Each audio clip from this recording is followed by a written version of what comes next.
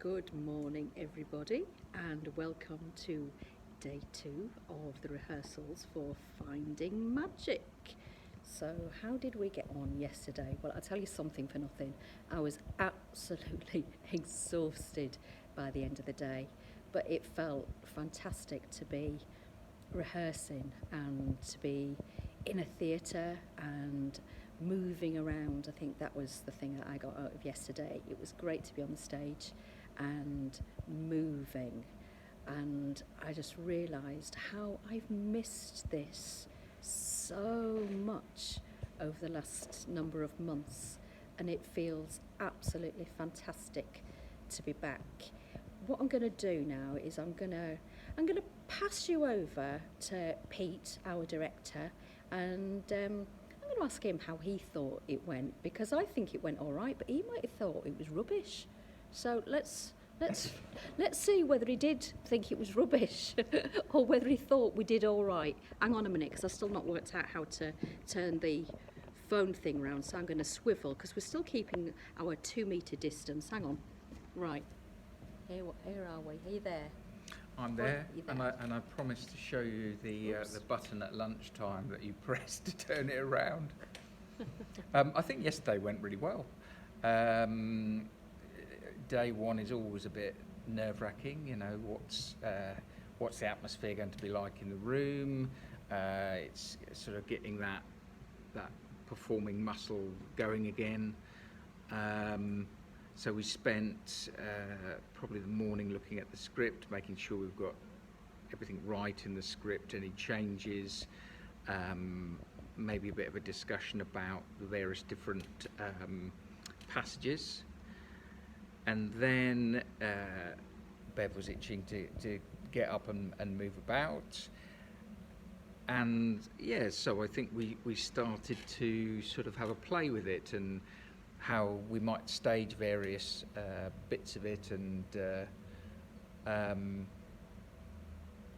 just a bit of an experiment in the afternoon to check that we're both happy with the approach we're taking to doing it.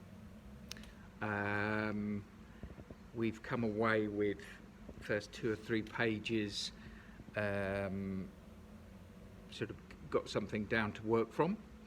And I'm going to see today if that's seeped in overnight. I'm gradually disappearing down the bottom of the. I'm seeped in overnight, and then we're going to look at what we've named the Debbie McGee passage. At which point I'm going to focus on me again, because you've said enough, and I'm such a fan of Debbie McGee. I think I need to take over and talk about the lovely Debbie McGee. So, before I do, you've probably gathered that the rough translation of what Pete has just said is basically going to test me. Before we move on to Debbie McGee, he's going to test me, because he's going to see what I've remembered. I'm not going to say what I've forgotten. He's going to see what I remembered, first of all.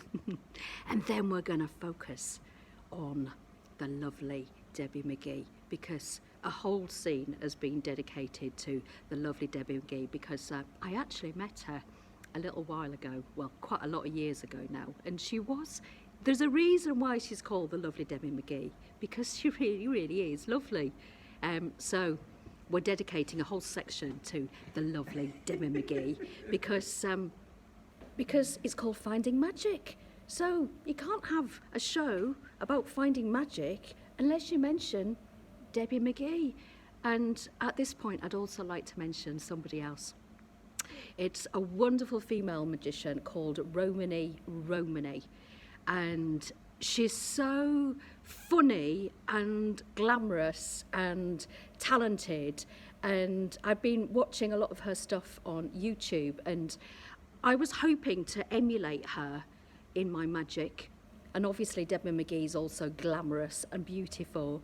So one of the ideas that we had was for the scenes where I do actually do some magic, I was wanting to be really glamorous and quite showgirly, and I'm a clown.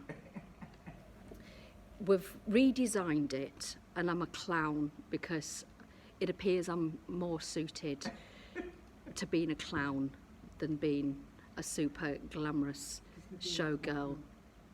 So, having said that, I'm really passionate about clowning, and I think she's a rather beautiful clown, but yeah, I did want to be a glamorous showgirl and funny, and I did want to emulate the amazing Romany, who actually, she wrote a book, and I'm greatly inspired by her book. It's called Spun into Gold, and during lockdown, I walked a lot, I cried a lot, and also I listened to a lot of audiobooks, and Romany's was one of the audiobooks that I listened to, and I found it really, really inspiring.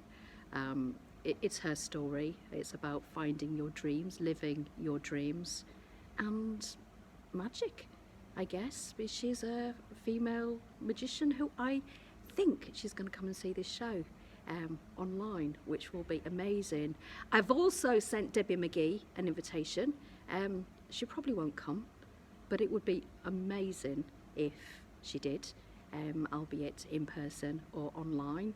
The invitation, well, has been sent out. Haven't yet received a response, but who knows? I am forever hopeful. So, I've been whittering on for 6 minutes, 30 seconds. I gave Peter about a minute. So, Peter, don't worry, he'll be back tomorrow, so you can hear more about what Pete has got to say. And without further ado, I think we'll probably have another cup of tea, and then we'll crack on. So, see you tomorrow. Ta-ra.